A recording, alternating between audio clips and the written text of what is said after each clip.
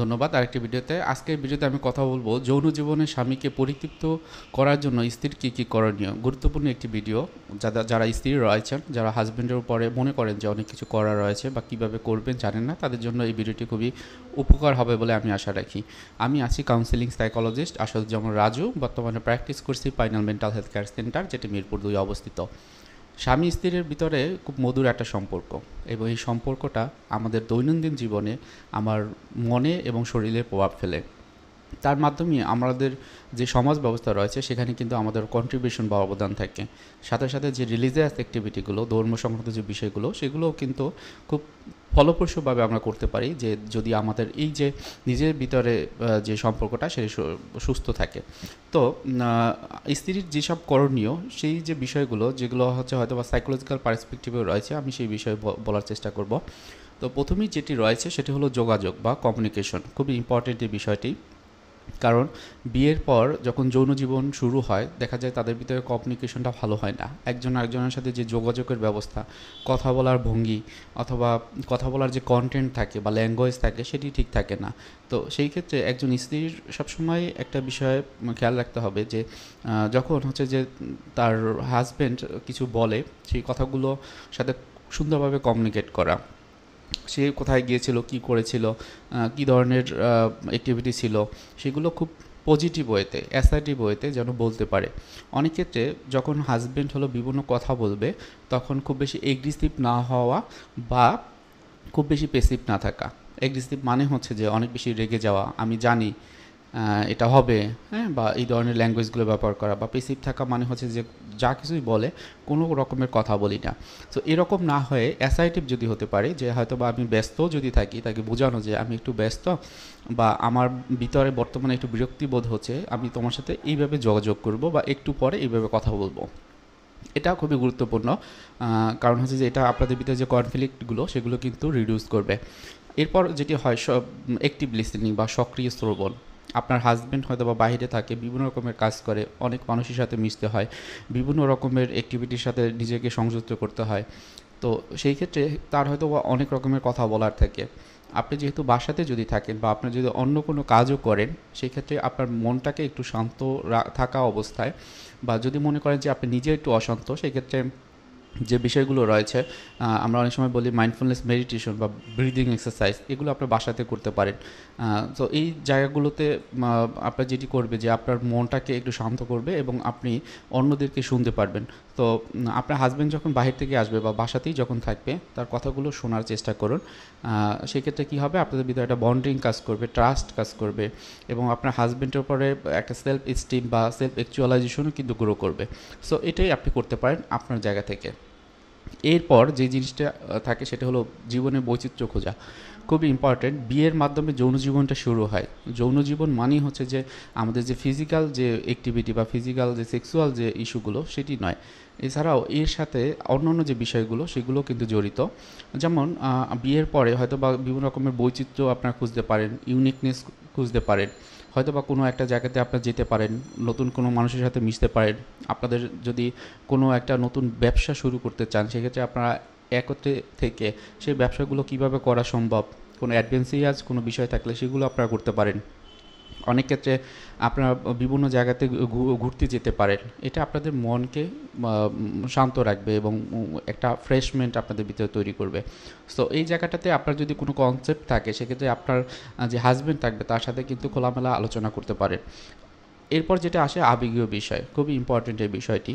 যেহেতু আপনার হাজব্যান্ড বাইরে থাকে বা শুধুমাত্র তার জবের যে জায়গা সেটি নয়, হয়তো বা তার ফ্যামিলি রয়েছে, বৃদ্ধ বাবা মা রয়েছে, তাদের দেখাশোনা করা, ফাইন্যান্সিয়াল বিষয়গুলো ঠিক রাখা, অন্যান্য যে আত্মীয়স্বজন আছে তাদের সাথে একটা কমিউনিকেশন করা, সব কিছুতে কিন্তু হয়তো তার বিভিন্ন রকমের চিন্তা কাজ করতে পারে, বিভিন্ন রকমের ডিপ্রেশন বা অ্যাংজাইটি তার ভিতরে থাকতে পারে।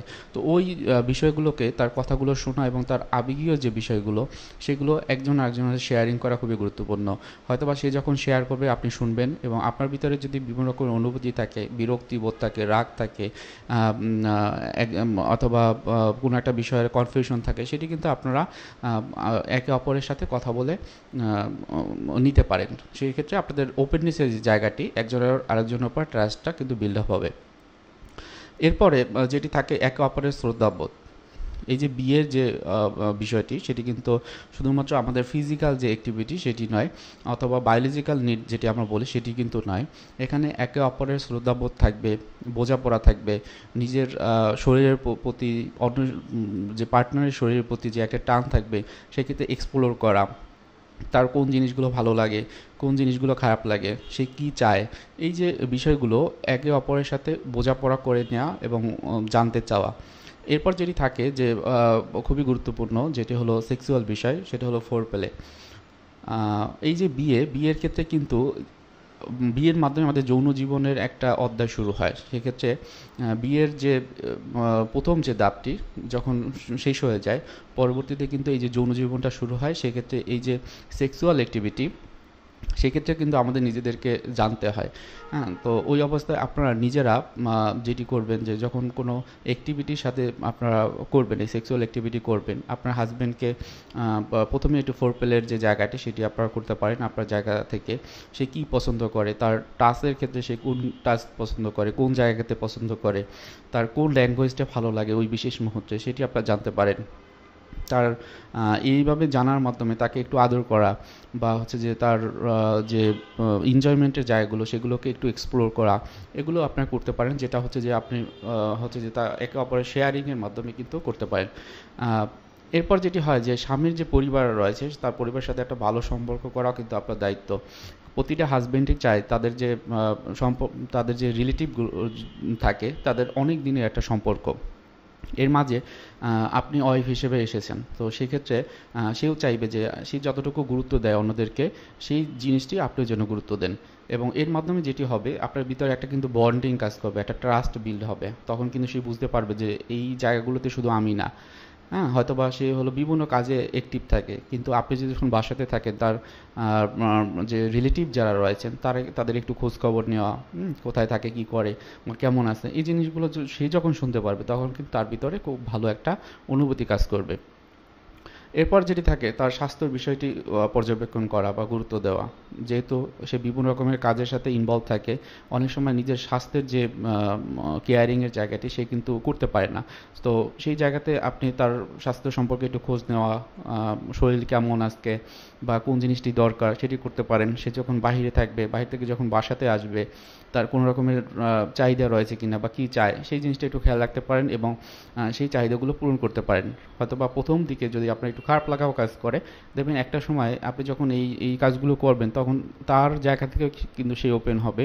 সে বুঝতে পারবে যে আপনি একটা ফ্যামিলি থেকে আসছেন, আপনি এখানে একা, এবং তার টেক কেয়ার করছেন। তখন কিন্তু আপনাকে যে ভালোবাসার যে অনুভূতি সেটি শেয়ার করবে এবং আপনাকে ভালোবাসার যে ওয়েগুলো সেগুলো আপনার মাধ্যমে এক্সপ্লোর করার চেষ্টা করবে।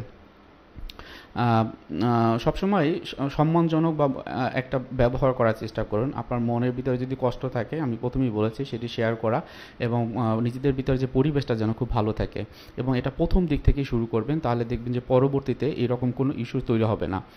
এরপরে যেটি হলো স্বামীর সাথে মিলন করা, খুবই গুরুত্বপূর্ণ বিষয়টি।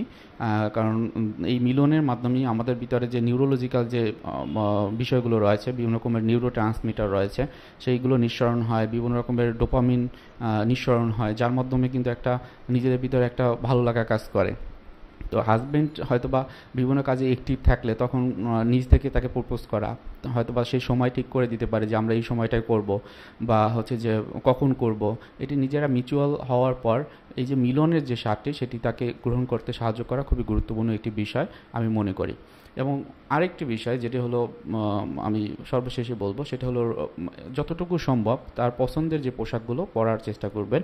কারণ এটা হচ্ছে যে আপনাদের নিজের ভিতরে যেমন বন্ডিং তৈরি করবে এবং তার ভিতরে একটা অ্যাট্রাকশন কাজ করবে আপনার উপরে। সে কী ধরনের পোশাক পছন্দ করে, বাসাতে কী ধরনের পোশাক পছন্দ করে, বাইরে কী ধরনের পোশাক পছন্দ করে, সেটি একটু বোঝার চেষ্টা করা। কোনো কিছু চয়েসের ক্ষেত্রে, এই পোশাক পরিচ্ছদ কেনা বা অন্য বিষয়ে, সেক্ষেত্রে তার মতামতকে একটু গুরুত্ব দেওয়া, এগুলো আপনারা দিতে পারেন। সেক্ষেত্রে কিন্তু তার জায়গা থেকে সেও বুঝতে পারবে যে আপনি যেহেতু গুরুত্ব দিচ্ছেন, সেও নিজেকে একটা ইভ্যালুয়েশন করতে পারবে, সাথে সাথে আপনাকেও কিন্তু একটা পজিটিভ একটা জায়গাতে রাখবেন। তো মোট কথা হচ্ছে যে যৌন জীবনটা খুবই গুরুত্বপূর্ণ, যেটি হলো আমাদের বাংলাদেশের প্রেক্ষিতে এই যে বিয়ের মাধ্যমে হয়ে থাকে।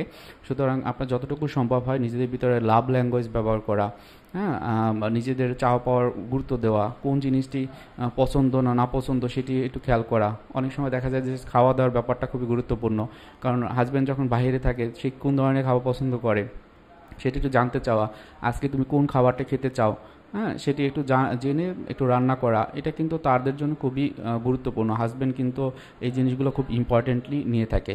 সো আশা করি বেশ কিছু পয়েন্টের কথা বলেছি, আপনারা যদি মোটামুটি একটা একটা করে চেষ্টা করেন সেক্ষেত্রে আপনাদের ভিতরে বন্ডিংটা ভালো কাজ করবে, দেখবেন আপনাদের যে পরিবারটি সেটিও খুব ভালো হবে দিনে দিনে, এবং সাথে সাথে যৌন জীবনও আরও উপভোগ্য হবে। তো সব ভালো থাকবেন, সুস্থ থাকবেন। আজকে ভিডিও এখানেই থাকছে। কারো যদি কোনো প্রশ্ন থাকে করবেন, সাথে সাথে আমি আপনাদের রিকোয়েস্ট করব আমার চ্যানেলটি সাবস্ক্রাইব করে রাখবেন। আসসালামু আলাইকুম।